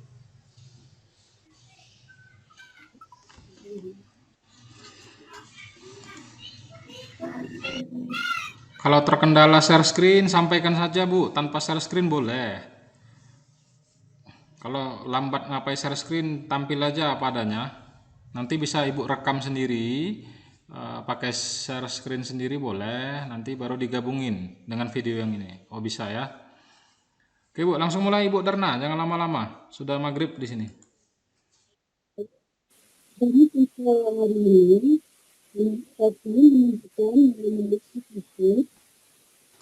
Kecil suaranya Bu, kecil. Enggak jelas suara Ibu. Satu lagi mana? Ibu pakai 2 tempat itu.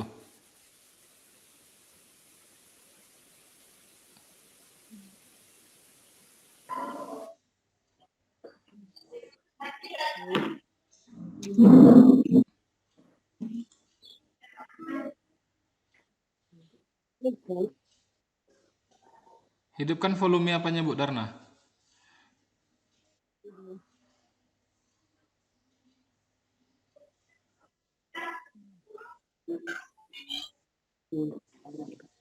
Udah mulai aja Bu Darna. Yang handphonenya dimatikan Bu, mikrofonnya biar tidak Ya, dengung. matikan suara yang satu tuh. Atau Ibu ngomong pakai laptop, handphonenya dimatikan apanya boleh, cuma gambarnya. Itu Ibu nggak nampak wajahnya. Yang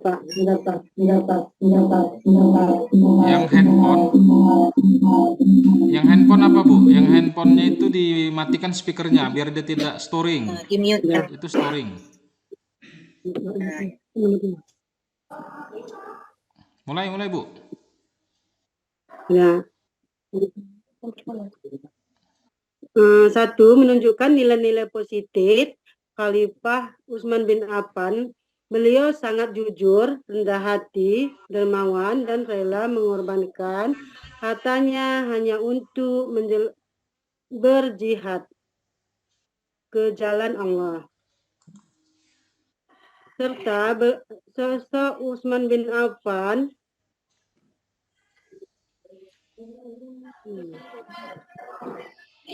Serta sosok Utsman bin Affan dikenal sebagai orang yang sangat dermawan.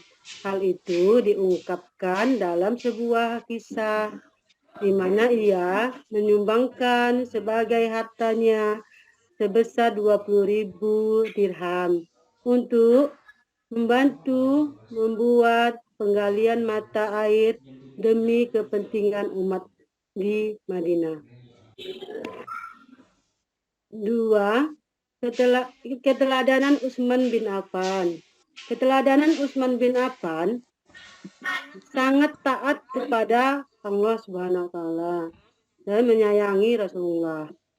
Setiap malam hari digunakan beliau untuk sholat malam, berzikir, dan membaca Al-Quran. Beliau juga gemar melakukan amal soleh untuk kemaslahatan umatnya.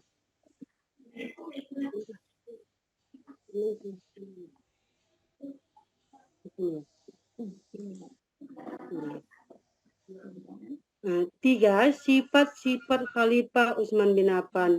1. Dermawan. Utsman bin Affan termasuk orang yang kaya yang suka beramal untuk kepentingan kaum muslimin, seperti menyedekahkan sumur Raumah kepada kaum muslimin. 2. Jujur. 3. Rajin mencari ilmu. 4. Ramah.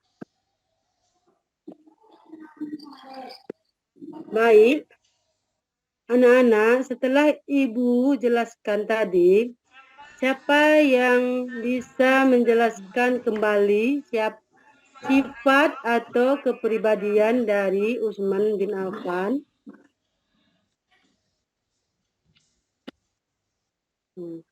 Sifat dan kepribadian Utsman bin Affan ada 4. 1. Dermawan. 2. Jujur. 3. Ramah. Dan 4. Suka mencari ilmu. Nah, anak-anak, materi kita cukup sampai di sini dulu ya. Minggu depan kita akan membahas tentang Khalifah Ali bin Abi Thalib. Sebelum kita bahas, nanti anak-anak bisa mencari tahu tentang Khalifah Ali bin Abi Thalib di berbagai sumbernya. Baik, kita akhiri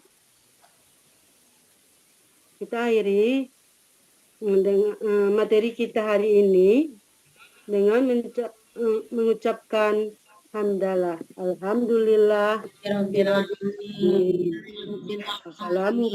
Wassalamualaikum warahmatullahi wabarakatuh. Waalaikumsalam warahmatullahi wabarakatuh. Terakhir, Bu Yusni ya. Tadi nggak keluar suaranya Bu Yusni. Silakan Bu Yusni. Silakan Bu Yusni.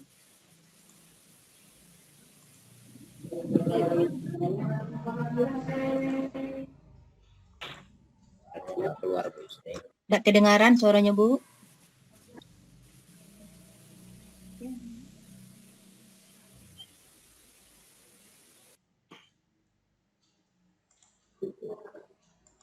Suara tidak kedengaran Bu Yusni.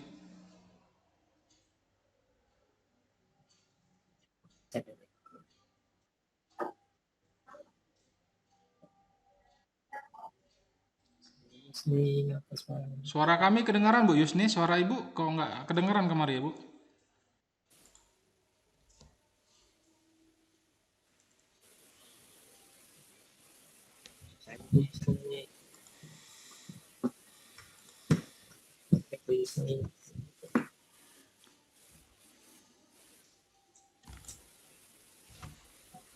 Terima kasih Bu Yusni. Terima kasih.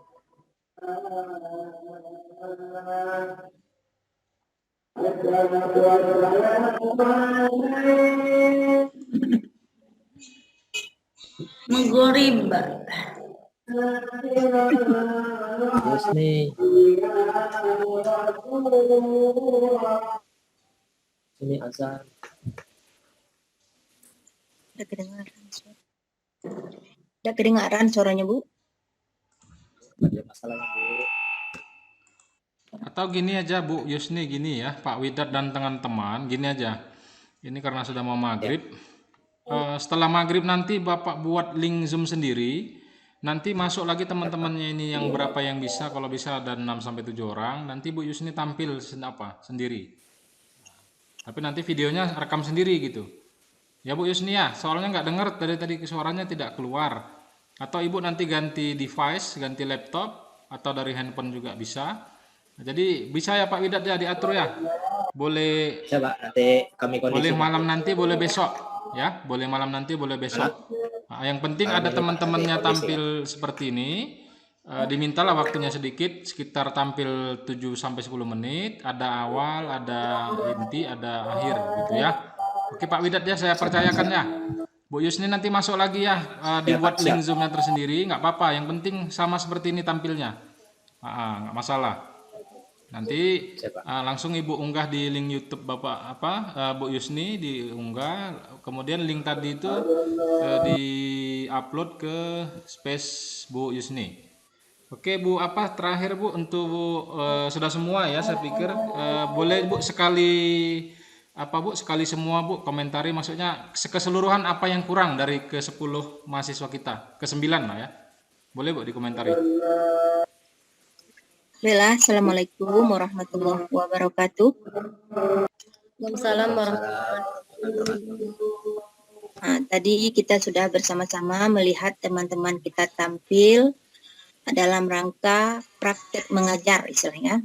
Nah, mungkin dikarenakan kita di sini, mungkin dikarenakan ditonton oleh teman sejawat, mungkin banyak yang agak grogi. Nah, walaupun demikian, saya melihat sudah banyak yang tampil dengan lebih baik. Tetapi saya melihat kok ada yang kurang begitu semangat dalam menyampaikan materi. Selaku seorang pendidik, kalau kita menyampaikan materi, kalau kita semangat, insya Allah murid juga akan semangat. Nah, kalau kita loyo, murid apalah lagi tambah loyo. Yang kedua, sebaiknya di dalam pemilihan pembukaan seperti ice breaking misalnya, itu usahakan disesuaikan dengan